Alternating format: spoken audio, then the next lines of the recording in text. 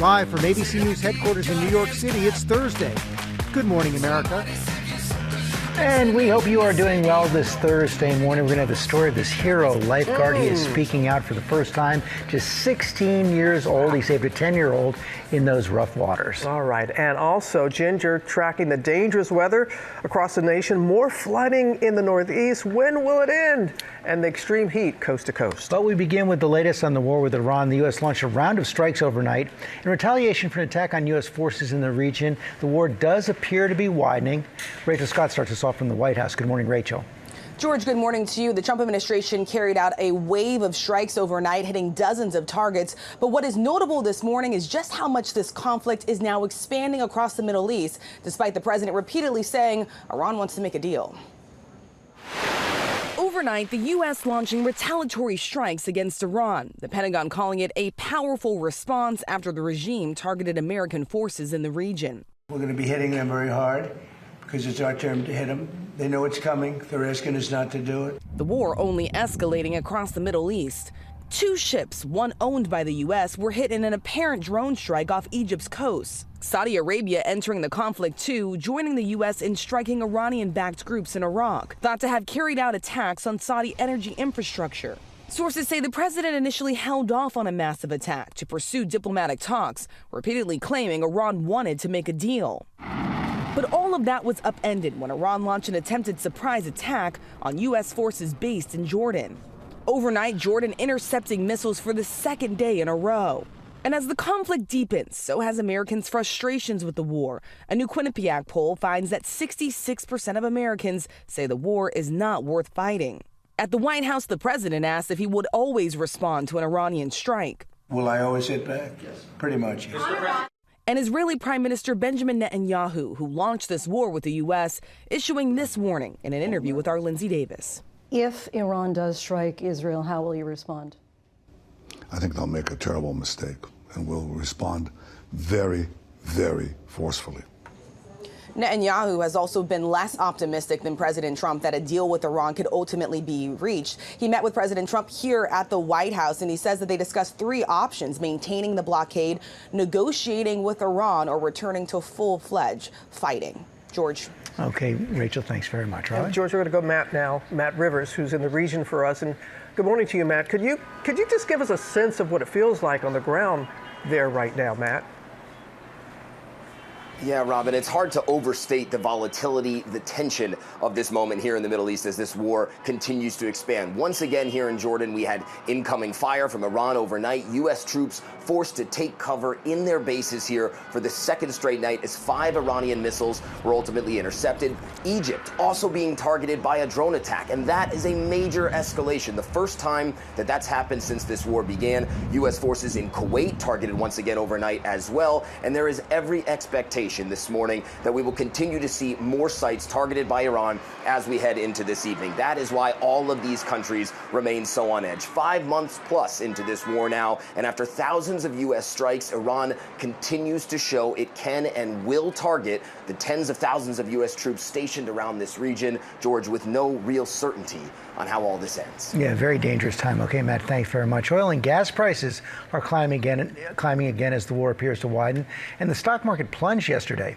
Elizabeth Schultz is tracking the economic fallout. Good morning, Elizabeth. Good morning, George. We are seeing oil prices spike again as the war escalates. The national average for a gallon of gas now $4.08. That's back where it was in June before the ceasefire was announced. A year ago, about $1 lower than this. And a new estimate this morning from Moody's Analytics shows that the typical American household has now spent an extra $672 in gas, diesel, home heating, and jet fuel expenses combined since the start of the Iran war. GasBuddy is also predicting that drivers will see the highest prices for the month of August on record, George. And Elizabeth, financial markets had a sharp reaction to the Federal Reserve yesterday. Yeah, the stock market is looking to rebound this morning after a major sell-off. The Dow plunging 1,100 points. It was the worst day since April 2025. That was after President Trump had announced his sweeping tariffs. Wall Street investors are worried that the Federal Reserve is not acting fast enough right now to tame rising prices. Under the new chairman, Kevin Warsh, the Fed kept interest rates unchanged, but 3 Fed officials disagreed with that. They said rates should go up now to try to bring down those high prices, George. Okay, Elizabeth, thanks very much. Robin? And now to flash flooding in the Northeast, triggering water rescues. Ginger's tracking all the dangerous weather out there. Yes, George. Albany International Airport ended up with 7 inches of rain, which is their biggest 2-day total on record. And unfortunately, every mile counted here, and flash flooding became deadly. A new round of flash floods across the Northeast leading to rescues. You gotta get out. In Fairfield County, Connecticut, Here we go, come on. police rescuing this man after driving into a flooded underpass. Nearly 3 inches of rain falling in less than 24 hours. In New Jersey, a 10-year-old girl is missing in the Passaic River. The girl was with 2 other children. They all went into the fast-moving waters. Another girl made it out alive, but her 10-year-old brother was found dead. Officials say he apparently died trying to save his sister's life. As he was going under, he pushed her, and she ended up by the rocks, and she climbed out. Part of New York's capital region and Hudson Valley battling extensive flooding. Neighborhoods swamped as more than half a foot of rain fell. Streets full of rushing water, cars submerged, crews using inflatable rafts to rescue trapped drivers. The governor saying that there have been multiple rescues and evacuations in the area. They had about 30 people down there who were camping. The road was impassable, so they had to be rescued.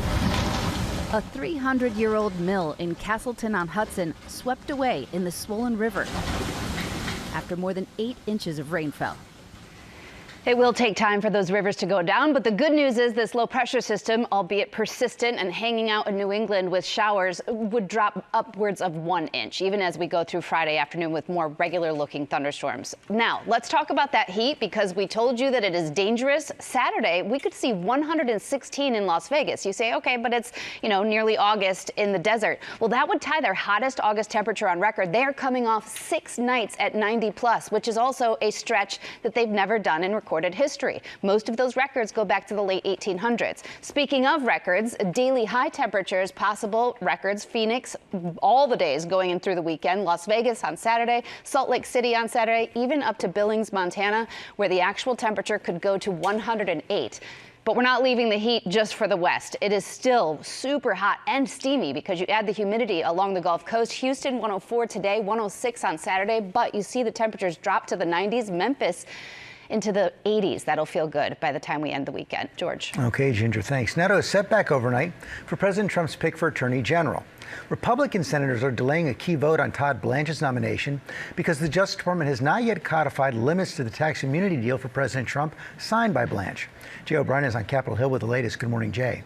George, good morning to you. This was a major stumbling block for Todd Blanche's nomination. The Senate Judiciary Committee postponing a critical committee vote that was set for today on Todd Blanche's confirmation over the objections of 2 key Republican senators, John Cornyn of Texas and Thom Tillis of North Carolina. Both say they have concerns over an immunity agreement and a larger agreement struck between President Trump and his own government after Trump sued his own IRS. Both senators say they want the Justice Department to put in writing that a $1.8 billion fund that would have used taxpayer dollars to pay out Trump's political allies that was part of that overall agreement is officially dead, as Blanche has repeatedly claimed. The senators say they also want the IRS to narrow the scope of an immunity agreement it struck between President Trump, his family, and their businesses. Cornyn says that Blanche, who was at one time the president's former lawyer, did not fully meet his demands. We know that the Justice Department sent yet another proposal to both senators overnight to try to break this logjam. It's worth pointing out here, though, George, President Trump has little leverage over these 2 senators. Tillis is not running for re-election, and Cornyn lost to a Trump-backed primary challenger just a few months ago. And Jay, a sign of the times that Dr. Fauci hearing yesterday about as partisan as it gets.